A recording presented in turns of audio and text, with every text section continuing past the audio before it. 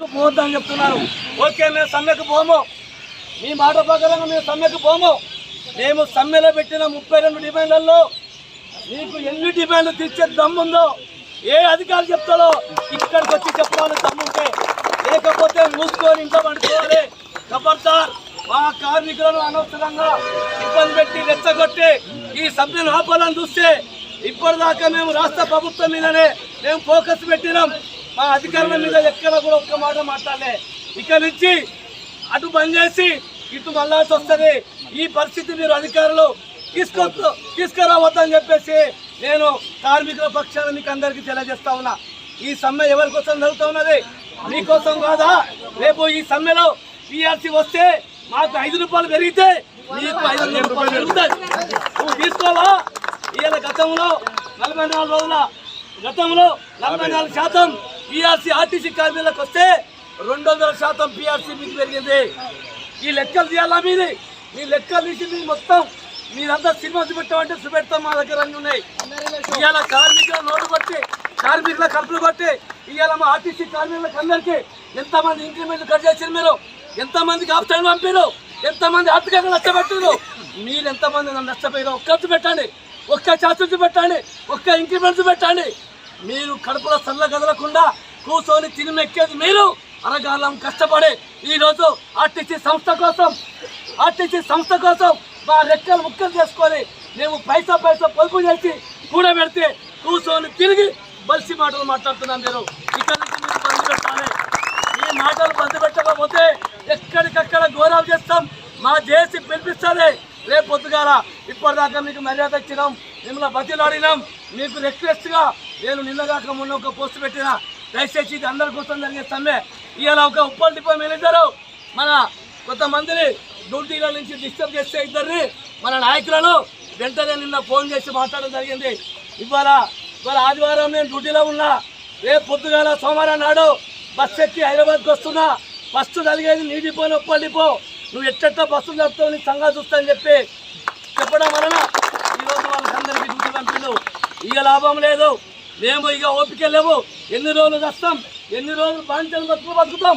ఇక లాభం లేదు. ఇక తెగించి కొట్లాడలే. ఉంటే ఉడితే పోతాయి. ఏంటి ప్రాణాలు? ఉద్యోగాలు మాత్రం ఎక్కడికి పోవు. మీకు ఉద్యోగాలు పోకుండా కాపాడే బాధ్యత మా చేసింది. ఇలా చట్టపరంగా పోతున్నాం. భారత రాజ్యాంగంలో పొందపరిచినటువంటి 1926 సమ్మె యాక్ట్ ప్రకారంగా ఈ రోజు మనకు సమ్మె హక్కు ఉంది. మనకు సుప్రీంకోర్టు కూడా జడ్జిమెంట్ ఇచ్చింది. మీరు సమ్మె చేసి సమ్మె కార్మికులు హక్కు అని మేము కన్సల్టేషన్ మీటింగ్ పోయాం. 2 సార్లు మేనేజ్మెంట్ కావాలని ఆప్షన్ లేదు. కాబట్టి మీ కోర్టులో మీ బాలు మీ చేతిలో ఉంది. ఈరోజు సమ్మెను అది లీగల్ సమ్మెనా, అది అన్లీగల్ సమ్మె అనేది కోర్టు తెలుస్తుంది. నువ్వు లాయర్వా? నువ్వేమైనా పెద్ద పుడింగ్వా? ఇలా మాకు తెలిసిన చట్టాలు నీకేం అవగాహన ఉన్నది? ఈరోజు కన్సల్టేషన్ మీటింగ్లో మేమేం చేసాం? ఎవ్వరు చేయని పని ఇంతవరకు కన్సల్టేషన్ ఆఫీసర్తోనే క్లోజ్ చేసుకున్నప్పుడు మేము బరాబరు ఆమెతో రాపించి ఆమెతో సంతకం ఇచ్చి మేము కూడా 6 నెలల ప్రధాన కార్యదర్శులం ఆ పేపర్ మీద ఆ లెటర్ మీద సంతకం పెట్టాము. ఇది చేసి అంటే ఇది తెలిసిన చేసి, ఇది అన్ని తీరులో ఆడితేనే చేసి, ఇది కొట్లాడే చేసి, ఇది ఇంట్లో పండుకుంటే చేసి కాదు. ఎవరికి భయపడే చేసి కాదు. ఇది భయపడే చేసి కాదు. మమ్మల్ని భయపెట్టాలని చూస్తే వాళ్ళనే భయపెట్టే చేసి. ఖబర్దార్, మేము మర్యాదగా చెప్తున్నాం. రేపు ఒక్కరోజే 24 hours గడిపిస్తున్నాం. ఈ సమ్మెకు రోజుకు మద్దతు పెరుగుతూ ఉంది. ప్రజల మద్దతు పెరుగుతూ ఉంది. ప్రజా సంఘాల మద్దతు పెరుగుతూ ఉంది. జాతీయ సంఘాల మద్దతు పెరుగుతూ ఉన్నది. ఇప్పుడే అందిన వార్త, మన SC/ST వెల్ఫేర్ అసోసియేషన్ రాష్ట్ర కమిటీకి మేము లేఖలు పెట్టడం జరిగింది, అభ్యర్థించడం జరిగింది. వాళ్ళు కూడా ఇప్పుడు హైదరాబాద్లో పెద్ద ఎత్తున ప్రెస్ మీట్ పెట్టి ఈ సమ్మెకు మద్దతు ప్రకటిస్తూ ఉన్నారు. ఈరోజు తీర్మానం మల్లన్న కూడా ఆయన ఏమన్నారు చెప్తా ఒక మాట, నేను సమ్మెకు మద్దతు అనలే, నేనే సమ్మెను ముందు నడుస్తా అన్నాడు. కాబట్టి అదేవిధంగా బీసీ సంఘం, బీసీ వెల్ఫేర్ అసోసియేషన్ మన సోదరుడు నిరంజన గారు కూడా నిన్ననే ఒక అడుగు ముందుకేసి ఆయన కూడా మన సమ్మెకు సంపూర్ణ మద్దతు తెలియజేయడం జరిగింది. ఇవాళ HFF తర్వాత మిగతా కొన్ని సంఘాలు కూడా ఇవాళ మద్దతు తెలిపే పరిస్థితి ఉన్నది. ఇవాళ అంతే. ఎందుకంటే మన పోరాటంలో న్యాయం ఉన్నది. మనం వేరే గుంతప కోరికలు అడుగుతలేం. మనం వేరే బయట తీసుకొచ్చి అడుగుతున్నాం.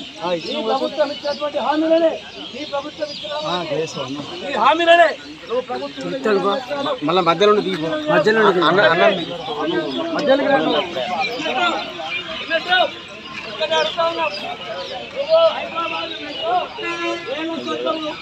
లక్షలు ఉన్నటువంటి మెట్రోను ఎక్కడ చేస్తున్నావో మాట్లాడే వస్తున్న 3-4 రోజులల్లో మరి ఆర్టీసీ ప్రభుత్వాన్ని ఆర్టీసీ ప్రభుత్వం విలీనం చేస్తామని ఎన్నికల మేనిఫెస్టో ప్రభుత్వం మరి 2.5 సంవత్సరాలు అవుతుంది. ఎందుకు విలీనం చేస్తలేవు? దీనికి కంపెనీ చెప్తూ పెట్టాలి. ఈ కంపెనీ వేసిందా? గత ప్రభుత్వం వేసిన కంపెనీ నువ్వు వేసుకున్నాను చెప్తుంటారు. అది ఎంతవరకు కరెక్ట్? మంత్రి గారు ఇలా చెప్పడం మీరు ఆలోచించి చెప్పండి. ఆ కంపెనీకి మీకు ఏమైనా సంబంధం ఉందా? దానికి పెట్టండి. అది టీఆర్ఎస్ ప్రభుత్వం వేసినటువంటి కంపెనీ. ఆ కంపెనీ 2.5 సంవత్సరాల్లో ఒక్క రోజు కూడా మీటింగ్ పెట్టారు. ఎక్కడ కూడా ఒక సమీక్ష లేదు, దాని ఊరు లేదు, దాని వార్త లేదు, దాని పేరు లేదు. అన్న ఏం చేసింది మొన్నదాకా ప్రభుత్వ పరిస్థితుల్లో ప్రభుత్వ పరిస్థితుల్లో ఏ రెండు ఒకటి ఆరు పొద్దుగాల పోయే 2 ఏమన్నా చెప్పింది ఒక కొత్తదనం ఉండాలి. మంత్రి గారు మీకు చాలా భవిష్యత్తు ఉన్నది. ఇలా ఆర్టీసీ కార్మికులకు మేము ఆర్టీసీ కార్మికులకు ఆర్టీసీ కాట వాళ్ళు దాక్కురట. మహాలక్ష్మి పథకం పెట్టి ఆర్టీసీకి వాళ్ళు దాక్కురు అంటారు. మేము చేయబట్టే మీకు సంస్థ నడుస్తుంది, మేము చేయబట్టే మీకు పేరు వస్తుందని చెప్పేసి మంత్రి గారు చెప్తారు, వేరే వాళ్ళు చెప్తారు. నేను ఒక్క ప్రశ్న అడుగుతున్నా. అసలు మహాలక్ష్మి పథకం మా ఆర్టీసీ కార్మికులు భుజాల మీద వేసుకొని గొడ్డు చాకిరి చేస్తూ ప్రయాణికులతో దెబ్బలు తింటూ తన్నులు తింటూ రక్తాలు గాయకట్టు గాయాల పాలవుతూ హాస్పిటల్లో చిక్కులవుతూ విజయవంతంగా దాన్ని మా భుజాల మీద ఎత్తుకొని దాన్ని సక్సెస్ చేసి ఈ ప్రభుత్వానికి నేను చెప్తున్నది మా కార్మికులు. మేము మీరు చెప్పుకునే అర్హత మీకు లేదు.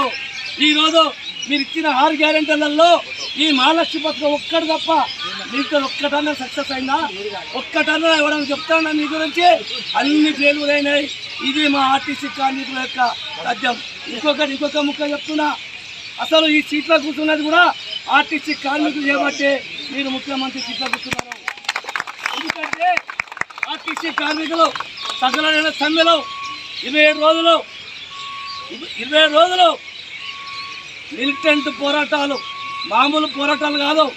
రజాకారులకు వ్యతిరేకంగా తెలంగాణ సాయుధ పోరాటం ఎట్లయితే జరిగిందో 1947-48లో ఆ విధంగా పోరాటం చేసి ఢిల్లీని గదిలిచ్చే స్థాయికి ఆర్టీసీ కార్మికులు ఉద్యమం చేస్తే ఢిల్లీ గదిలొచ్చి తెలంగాణ ఇస్తే ఆ తెలంగాణకు ముఖ్యమంత్రి సీట్లో నువ్వు కూర్చున్నావు. దానికి కారకులం మేము. మా దర్వారా నువ్వు బతుకుతున్నావు, మా దర్వారా నీకు వచ్చింది కీర్తి. అదేదో మాకు ఇచ్చినట్టు ఏమిచ్చినావు నువ్వు? మాకు ఏమన్నా లేని ఇచ్చాను లెక్కలు చెప్తాడు. టీఎస్ ఇచ్చినాం, టీఎస్ ఇచ్చింది. బుద్ధిగా అధికారులకైనా బుద్ధిగా ఉన్నదా? కొంచెం మీరు పెద్ద చదువులు చదివారు, మేము మామూలుగా చదివినాం. ఆ టీచర్స్ డబ్బులు ఎవరై? డబ్బులు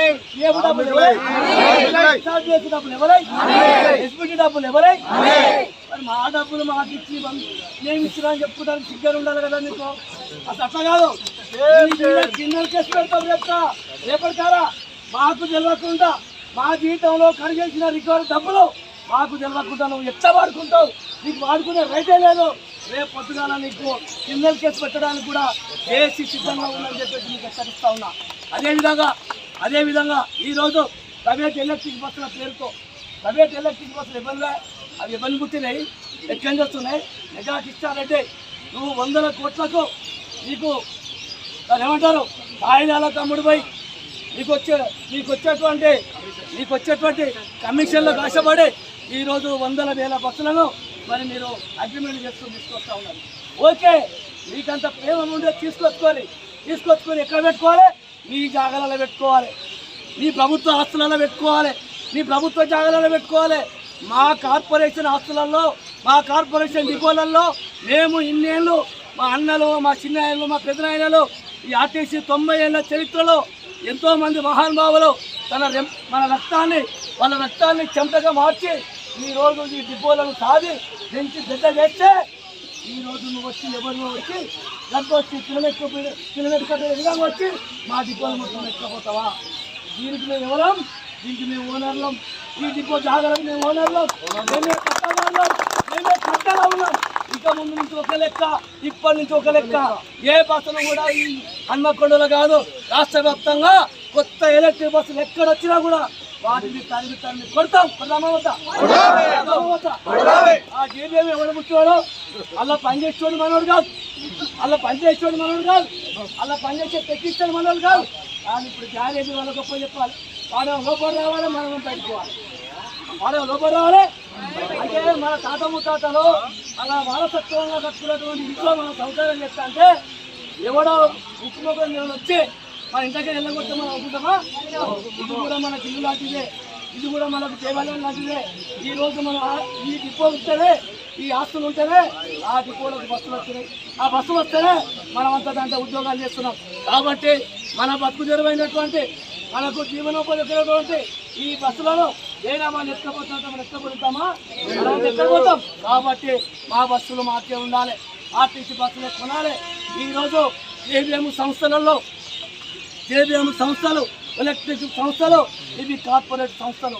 ఈ కార్పొరేట్ సంస్థలలో మనకు వచ్చే లాభం లేదు, మనకు వచ్చేటువంటి పైసా ఆర్థిక వనరులు లేవు. కేవలం ఎవరికి రాజకీయ నాయకులకు, రాజకీయ పార్టీలకు ముడుపులు ఇచ్చి ఈరోజు మన ఆర్టీసీని మూసివేద్దామని చూస్తున్నారు. కాబట్టి ఈరోజు ఒకటి చెప్తున్నాం, మర్యాదగా చెప్తున్నాం, బదిలారు చెప్తున్నాం. మా జోలికి మీరు అవుతుంది, మీకు వెళ్తున్నాయి. మా జోలికి మీరు రావద్దు, మీ జోలికి మేము మాకు ఇత్తరాన్ని ఏంటో పడే, మాకు ఇత్తరాన్ని ఏంటో పడే 2021 వేస్తారు, సౌలు చేస్తారు. ఎందుకు చేయవు? మరి అందరికీ జీతాలు ఎదురు వేస్తున్నావు, అందరికి ఎక్కిస్తున్నావు. లక్షల కోట్ల బడ్జెట్ పెట్టినావు. ఆ లక్షల కోట్ల బడ్జెట్లలో ఆర్టీసీ కార్మికుల బడ్జెట్ కూడా ఉంది. ఆర్టీసీ కార్మికుల బడ్జెట్ కాదు, ఆర్టీసీ కార్మికుల కుటుంబాల పన్నులు ఉన్నాయి. ఆ బడ్జెట్లో మన కుటుంబాలు కట్టే పన్నులు ఒక్క రోజుకు సుమారుగా 100 కోట్ల రూపాయల పన్నులు కడుతున్నాం. మనం ఎంత కడుతున్నాం? 100 కోట్లు. ఒక్క రోజు మన ఫ్యామిలీ అంటే ఒక్కొక్క ఫ్యామిలీకి 20-30 మంది కట్టుకుంటారా? అక్కలు, చెల్లెళ్ళు, కోడళ్ళు, అన్నులు, తమ్ములు, వీళ్ళందరూ ఎంతమంది అవుతారు? వీళ్ళంతా మన కుటుంబాలే కదా. ఈ కుటుంబంలో తిరగదా నీకు ఓట్లు తెప్పించింది, నువ్వు గెలిచింది. మరి వాళ్ళకు మొత్తం కలిపితే ఎంత? సరే ఒక 50 కోట్లు వేసుకో, 50 కోట్లు వేసుకో. ఒక్క రోజుకు 50 కోట్లు వేసుకో, 50 లక్షలు వేసుకో. 50 కోట్లు కూడా ఒక్క రోజుకు 50 లక్షలు వేసుకో. మేము కట్టే పన్నులు తినే తిండి మీద కావచ్చు, ఉప్పు మీద, పప్పు మీద, పేస్ట్ మీద, సబ్బు మీద, నూనె మీద, గ్యాస్ మీద, పెట్రోల్ మీద, డీజిల్ మీద అన్నీ కలిపి ఒక్కరోజు ఆర్టీసీ కార్మికుల పన్నులు 50 లక్షలు. 50 లక్షలు ఇంటూ ఒక నెలకి ఎంత? 3/5 15 కోట్లు. ఒక సంవత్సరానికి ఎంత? 15 ఇంటూ 12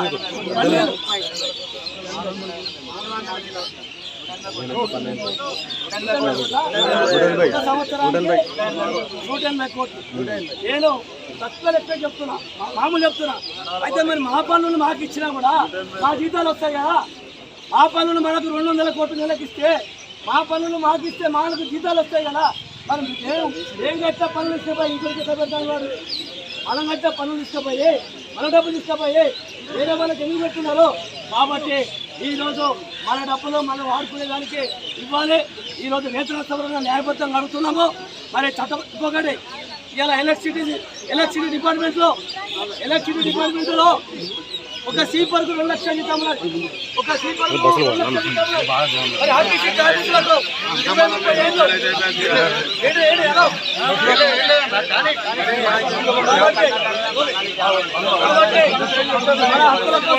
పోరాటంలో ఇది చివరి పోరాటం. పోరాటం జరగవు, మళ్ళీ సమ్మెలు జరగవు. కాబట్టి ఇదే ఆకర్షణ అనుకోలే, ఇదే జీవనమైన సమస్య అనుకోలే. ఇప్పటి నుంచి నేను డిపోలల్లో ఎవరు వేయించినా కూడా మీ అధికారులు ఒక్కటే అడుగురి. ఈ 32 డిమాండ్లల్లో మీరు ఎన్ని డిమాండ్లు చేస్తారో అన్ని డిమాండ్లు మాట్లాడినాక మాకు సమ్మె చేస్తారు. అప్పటిదాకా మీ మాటలు తినాం, ఆ చేసుకోవాలి. మీరు ఎక్కడో సంతకం పెట్టద్దు, సంతకం పెట్టే రైతు వాళ్ళకి లేదు, సంతకం పెట్టే మా దగ్గర. కాబట్టి